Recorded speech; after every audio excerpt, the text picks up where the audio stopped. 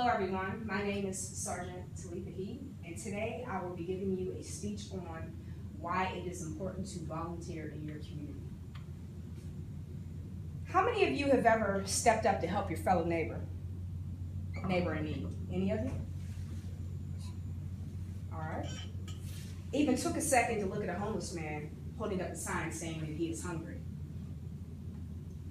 Giving him something to eat or some food. How many of you just walked by him and ignored him? I do that too sometimes. Exactly. Or seeing people standing in line at a food bank and seeing the look of desperation on their faces when they are told there's no food left. Standing there with their kids while their kids are crying. Imagine not knowing where your next meal is coming from. Close your eyes and think of how it would feel to be hungry. Your head hurts. You feel dizzy. You're weak. These are things that many Americans and people in our own neighborhoods go through. So how many of us are still willing to give back? All right. Giving back to your community by volunteering is a great way to give back, and it also sets a good example for the younger generation. Giving back by volunteering can cause a chain reaction. Think about it. If one person sees you volunteering, then the next person will see you volunteering and they'll be like, you know what, I'm gonna volunteer too. And then it keeps going and it's like a chain reaction. We as a community need to realize these problems don't just affect one person, they affect us all. You might as well say we're one big family in every community, just like the Army being one big family.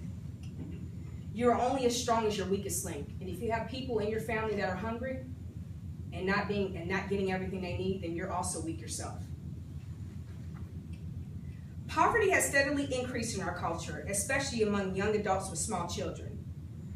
So much to the point that many of the preventable childhood diseases that we haven't seen in almost 100 years are starting to make a comeback. Standardized testing scores have also progressively gotten worse in schools, as also as a chain reaction to the poverty levels going up. Because of the increased poverty levels, local food banks and shelters are beginning to get overwhelmed. The supply cannot meet the demand to keep up with the people that are going hungry.